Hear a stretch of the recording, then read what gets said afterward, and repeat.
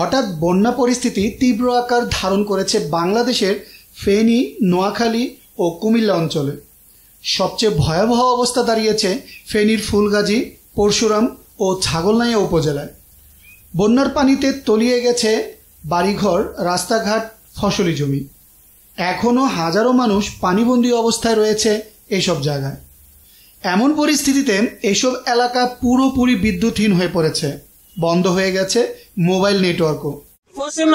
বাগান বাড়ি আমরা 3 দিন আমরা রান্না খানা কিচ্ছু নেই বাবা, একটা কুডবার কথা আছে না, আমরা সব পানি তলে বাবা। ভারতের ত্রিপুরার Dumbur hydro electric power project বা ডম্বুর গেট খুলে দিয়েছে ভারত। ত্রিপুরা রাজ্যের জেলা প্রশাসক তরিত কান্তি চাকমা তার সরকারি এক্স অ্যাকাউন্টে একথা জানিয়েছেন। ফেনী নিম্নাঞ্চলের বাসিন্দারা বলেছেন, এই এলাকায় 1988 সালের পর বন্যা পরিস্থিতি এতটা ভয়াবহ হয়নি আগে কখনো। আমাদের এই যে গুমতি যে পানি আজ থেকে প্রায় 14 বছর আগে, 13-14 বছর আগে এর থেকে বেশি পানি হয়েছিল। আর এখনো যদি আর 2 ফুট 3 ফুট পানি হয় তাহলে আমাদের এই আগের মতন হবে। তখন এর আগে একবার ব্রিজ বন্ধ করে দিয়েছিল, আজ 13-14 বছর আগে গুমতি ব্রিজ বন্ধ করে দিছিল। তখন ওইটা আমাদেরকে বড় একটা ট্রলার দিছিল, ট্রলার দিয়ে আমরা ব্রিজের এই পার থেকে ওই পারে যাইতাম, শহরে যাই, শহর থেকে আবার ট্রলার দিয়ে আসতাম। এখন যে অবস্থা পানিতে বাড়তেছে এতে মনে হয় আবার ওই 13-14 বছর আগেরকার মতন হবে। ফেনীর জেলা প্রশাসক বলেন, পরিস্থিতি এতটাই খারাপ যে সবার কল্পনার বাইরে। এখন অনেক মানুষ পানিতে আটকা পড়েছে। তাদেরকে উদ্ধারের কাজ শুরু করেছে সেনাবাহিনী ও কোস্টগার্ড। ভারী বৃষ্টি ও ভারত থেকে আসা পানিতে ফেনীর মহুরী, কহুয়া ও সিলোনিয়া নদীর পানি বিপদসীমার অনেক উপর দিয়ে প্রবাহিত হচ্ছে। বাংলাদেশ বন্যা পূর্বাভাস ও সতর্কীকরণ কেন্দ্রের নির্বাহী প্রকৌশলী সর্দার উদয় রায়হান বলেন, খোয়াই, ধলাই, মহুরী, হালদা ও কুশিয়ারা নদীর পানি সমতল বৃদ্ধি পাচ্ছে। আগামী 24 ঘন্টা তা অব্যাহত থাকতে পারে।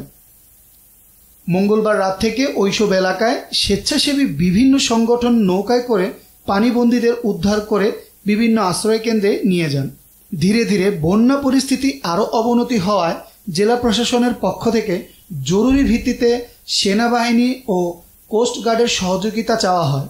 এরপরই সেনাবাহিনী ও কোস্টগার্ড সদস্যরা পানিবন্দীদের উদ্ধারে স্পিড বোট নিয়ে মাঠে নামে।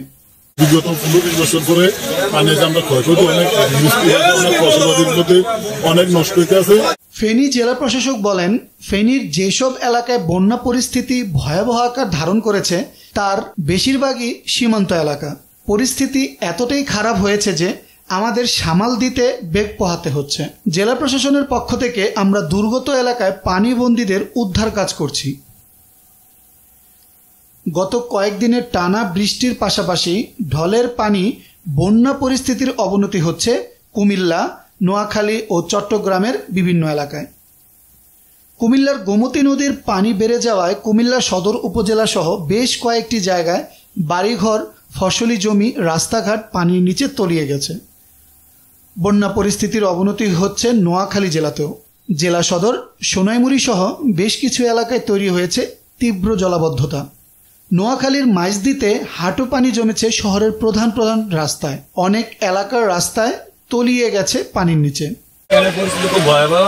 এদিকে বন্যাতে মানুষের ঘর বাড়ি সব ডুবে গেছে, গরু খামার যা ঘরে আছে আসবাবপত্র সবকিছু নষ্ট হয়ে গেছে।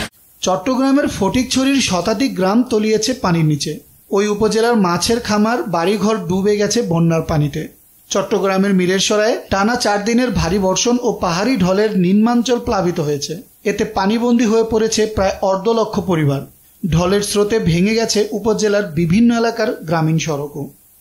বন্যা পূর্বাভাস কেন্দ্রের নির্বাহী প্রকৌশলী বলেন, ওইসব এলাকা ছাড়াও আগামী 24 ঘন্টায় উত্তর পূর্বাঞ্চলের মৌলভীবাজার ও হবিগঞ্জ জেলার মনু, খোয়াই, ধলাই নদীর পানি সমতল বিপদসীমার উপর দিয়ে প্রবাহিত হতে পারে এবং নিম্নাঞ্চলের বন্যা পরিস্থিতি স্থিতিশীল থাকতে পারে।